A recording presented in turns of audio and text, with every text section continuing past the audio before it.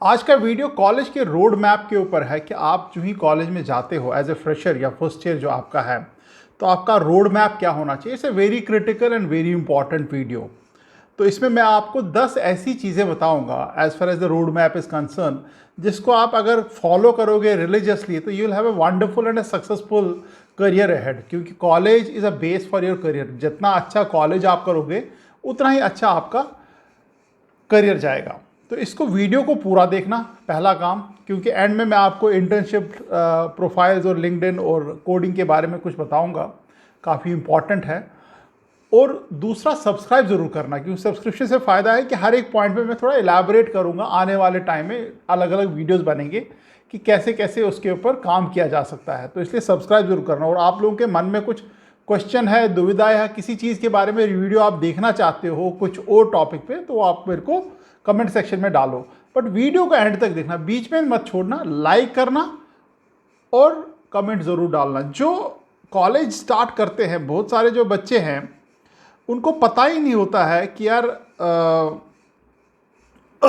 आगे चल के इस कॉलेज में हमें करना क्या है। और वो जब जगते हैं, नींद से उठ जाते हैं, तब तो काफ़ी लेट हो चुका होता है। क्योंकि it's a cut throat competition. आप ऐसे कॉलेज में हो जहाँ आप ही के जैसे बहुत सारे बच्चे हैं, जहाँ पे जो पीयर ग्रुप है वो आप ही के बच्चों जैसा बना हुआ। तो यू कैन इमेजिन कि कैसा कंपटीशन है। अगर आप इंटेलिजेंट हो, बाकी भी बच्चे इंटेलिजेंट है, और आपको कॉलेज में ऊपर रहना है, तो इसलिए आपको ये 10 चीज़ें फॉलो करनी पड़ी। जो पहला काम है आपको करना, जो ही कॉलेज में जाओगे, तो वो आपको कॉलेज पहला जो बेसिक सा काम मैं बताऊंगा वो है, आप कॉलेज पूरा देखो। बहुत सारे बच्चे क्या होता है, कॉलेज पूरा देखते नहीं है, वो सिर्फ अपनी अपनी क्लासरूम और अपनी जो डिपार्टमेंट है वहाँ तक जाते हैं। बट माई कंसर्न इज कि you see the entire college, get familiar with the entire college. उसका फ़ायदा क्या है? उसका फ़ायदा ये है कि आप अपनी टेरिटरी जानते हो कि यार ये मेरा कॉलेज, ये मेरी प्रोमाइसिस है, और यहाँ पे ऐसे ऐसे डिपार्टमेंट। क्योंकि जितना ज़्यादा आपको अपने कॉलेज के बारे में पता होगा, उतना डिपार्टमेंट्स के बारे में, वेरियस डिपार्टमेंट्स के बारे में पता होगा, कैसे कैसे टीचर्स हैं, कैसे कैसे स्टूडेंट्स हैं, क्या क्या फैसिलिटी है।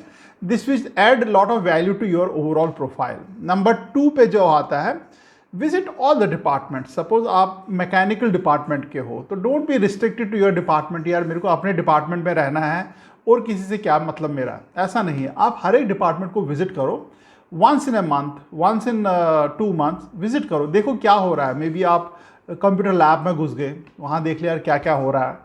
इलेक्ट्रॉनिक लैब में घुस गए, या वहाँ उनके क्लासरूम में घुस गए, देखा क्या क्या हो रहा है। सो दैट आपका अल्टीमेटली आपका गोल ये होना चाहिए कि आपको ऑलमोस्ट हर एक डिपार्टमेंट की थोड़ी थोड़ी नॉलेज है, which will not help you only to get familiarise with the department, but आपको आगे चल के गाइड भी कर सकते हैं लोगों को। या आगे आपके चल के आगे सपोज आपको गेट करना है या एमटेक करना है या किसी इंडस्ट्री में जाके जॉब ढूंढनी है, तो आपको हर एक डिपार्टमेंट का थोड़ा थोड़ा नॉलेज रहेगा।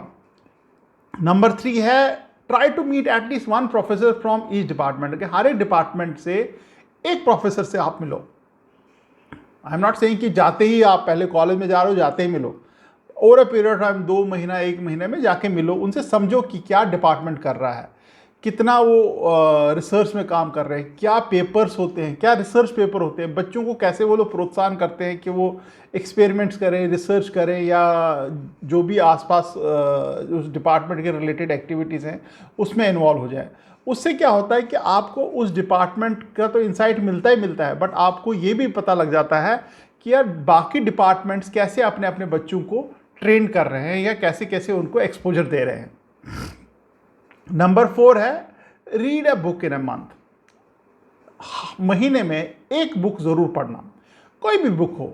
मैं उसका रीज़न बताता हूँ। आप कोई भी बुक पकड़ लो, आपको मतलब साइंस फिक्शन में इंटरेस्ट है वो पढ़ लो, आपको पॉलिटिकल ड्रामा में इंटरेस्ट है वो पढ़ लो, आपको ओवरऑल कोई मैगजीन ही पसंद है मंथली, उसको पढ़ लो, कोई इशू नहीं है।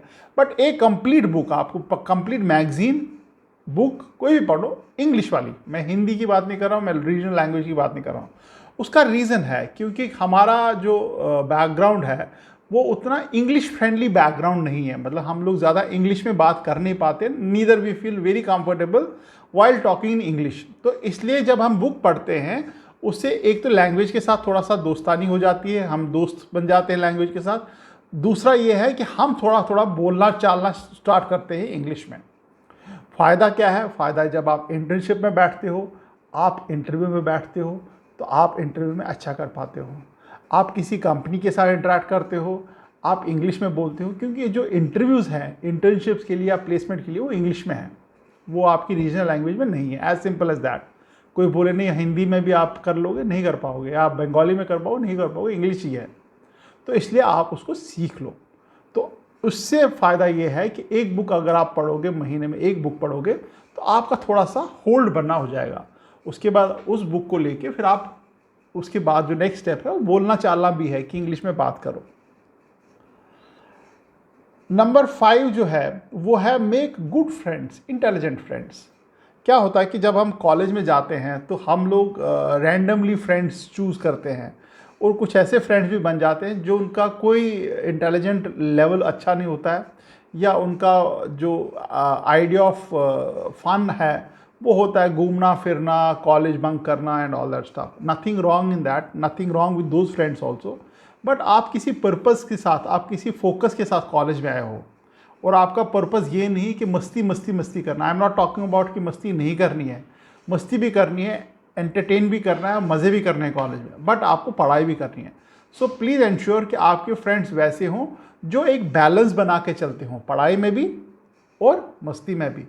और ऐसे फ्रेंड्स तो बिल्कुल ही नहीं होने चाहिए जिनको आपको लगे कि यार इनकी जो कंपनी ही ख़राब है। मान लीजिए कोई मतलब लेट नाइट क्लब्स वगैरह में जाते हैं, पार्टी करते हैं या बूज़ करते हैं, तो उनसे थोड़ा अवॉइड ही कर सकते हो, क्योंकि जाने अनजाने में वो आदतें लग जाती हैं। मतलब आप कितना भी बोलो जी मेरे संस्कार हैं, मेरे को ये आदत नहीं लगती है, but I know how the college life goes, जाने अनजाने में ये आदत लग जाती है। वीडियो आई एम श्योर कि आप पूरा ही देख रहे हो, और पूरा ही देखना वीडियो, क्योंकि आगे चल के मैं अच्छी अच्छी चीज़ें बताने वाला हूँ जिससे आपका करियर सक्सेसफुल होगा। Next is join societies and clubs.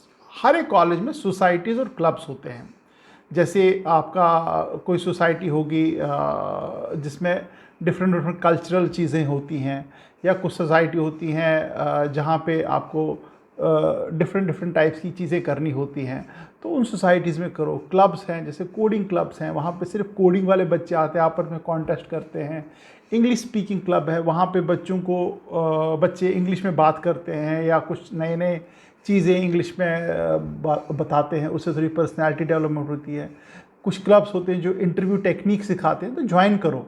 Join करने से फ़ायदा है, एक तो आप नए नए फ्रेंड्स बना लोगे, और आपका जो भी एरिया ऑफ इंटरेस्ट है आप उससे बने रहोगे, उसके साथ रहोगे आप।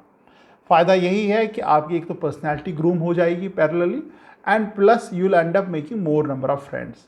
काफ़ी फ़ायदेमंद है, आप इससे पीछे मत हटना। कम से कम 4-5 ग्रुप्स, 4-5 सोसाइटीज़ क्लब में तो ज्वाइन करना। इवन जो फेस्टिवल्स वगैरह ऑर्गेनाइज कराते हैं, कल्चरल फेस्ट, मेस क्लब वगैरह, उनको भी ज्वाइन करो, कोई इशू नहीं है। क्लब कोई छोटा बड़ा नहीं है कि यार इस क्लब में तो बड़ा हाई है या लो है, ऐसा कुछ नहीं है। और क्लब्स और सोसाइटी ज्वाइन करने के लिए प्रोसेस है हर एक कॉलेज का डिफाइन होता है। ऐसा नहीं कि आप ढूंढते रहोगे कहाँ पे जाऊँ। होते हैं उनके इंटरव्यूज़ निकलते हैं, जो सीनियर्स होते हैं वो जूनियर्स के इंटरव्यू करते हैं, फिर उनको अपने क्लब्स में लेते हैं। This is how the process goes. अगर उस पर कोई डिटेल वीडियो चाहिए होगा तो मेरे को बताना। नंबर 7 है, काफ़ी 7th 8th 9th 10th काफ़ी इंपॉर्टेंट है। रेगुलर क्लासेस करो, फोकस ऑन ग्रेड्स। काफ़ी सारे बच्चे जो होते हैं, सीनियर भी होते हैं, बोलते हैं यार ग्रेड्स कुछ नहीं करना है, ग्रेड्स की कोई ज़रूरत नहीं है, कंपनीज आती है प्लेस हो जाते हो। ऐसा नहीं है। There are lot of good companies जो ग्रेड्स भी देखती हैं, जो ग्रेड्स को भी कट ऑफ मान के चलती है। इसलिए आप ग्रेड्स पे फोकस रखना, और ग्रेड्स को तभी आप फोकस कर पाओगे जब आप रेगुलर क्लासेस अटेंड करोगे। एंड बिलीव में, अगर आप रेगुलर क्लासेस अटेंड करोगे, focus on grades is not a big deal, क्योंकि डेली का 1-2 घंटा ही आप पढ़ोगे, it is more than sufficient. Class के पहले आधा घंटा पढ़ लो कि क्या पढ़ने वाले हो क्लास में, क्लास में जो पढ़ा उसको अच्छी तरह से समझो, और नेक्स्ट 1-2 घंटा लगा दिया क्या पढ़ाया, दैट्स इट। इतना ही करना है, कुछ ज़्यादा नहीं करना है। सो ग्रेड्स पे फोकस रखोगे, और ऐसा नहीं होना चाहिए कि आपके एग्जाम से 2 दिन 4 दिन पहले पढ़ रहे हो, that will be a disaster. आप ग्रेड पे फोकस नहीं कर पाओगे। 8th वेरी इंपॉर्टेंट पॉइंट है इंटर्नशिप। आप बोलोगे यार फर्स्ट ईयर में क्या इंटर्नशिप करें, there is nothing called first year second year internship. आपको जब भी 15 दिन से ज़्यादा टाइम मिलता है, whether it is a summer break और a winter break, you should look for a internship. अब there are 2 types of internship. One is the आपका जो ब्रांच रिलेटेड या आपके जो सब्जेक्ट रिलेटेड इंटर्नशिप्स है, and another is a non core non subject या non technical internships.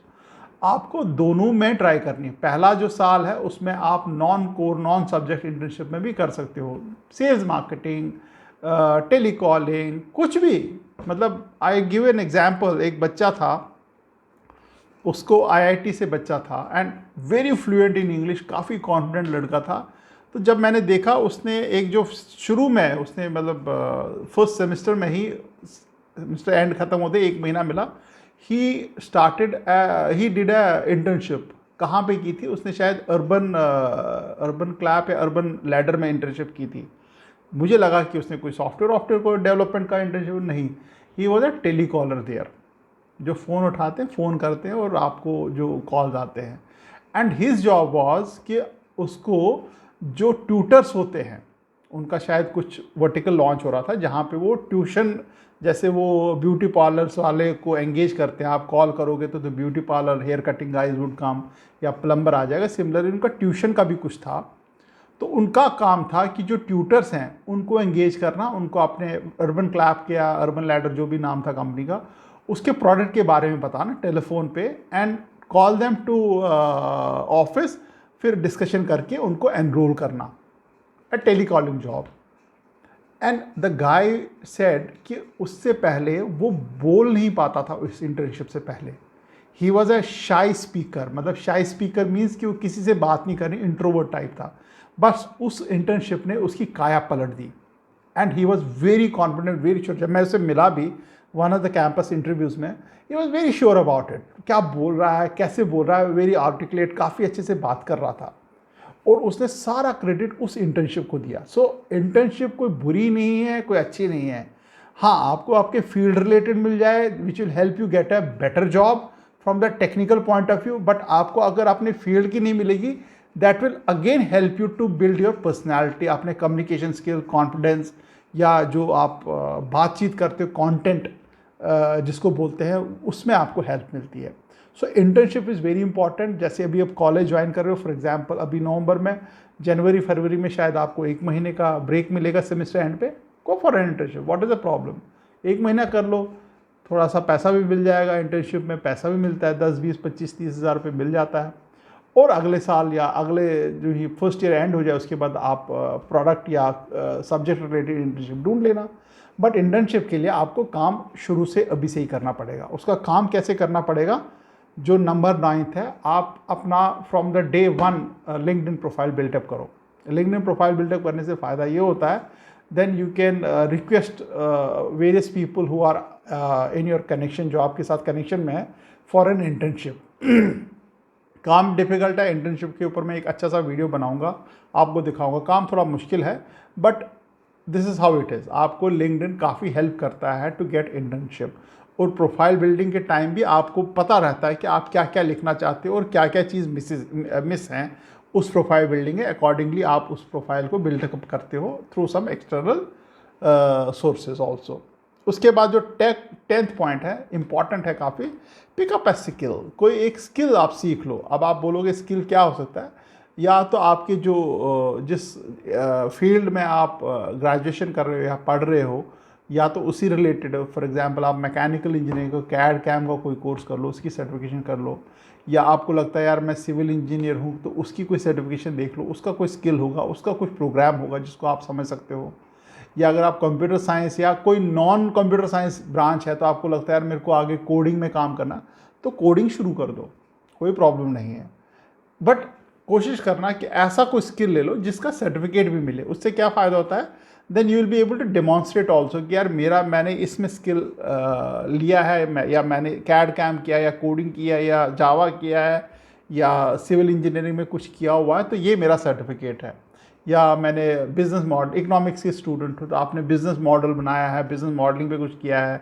अगर law के स्टूडेंट हो तो आपने ये थियरी बनाई है। So try to get an certificate on that, which will help not only कि आपका एक कॉन्फिडेंस रहेगा, हाँ यार मैंने ये सर्टिफिकेशन पास होने के बाद मिला है, but it will also add lot of value to your profile. आप लिंक्डइन में भी उसको अपडेट कर सकते हो। तो ये 10 पॉइंट्स हो, इनको आप रिलीजियसली फॉलो करो। I am sure you will have a great future ahead. All the best and thank you very much.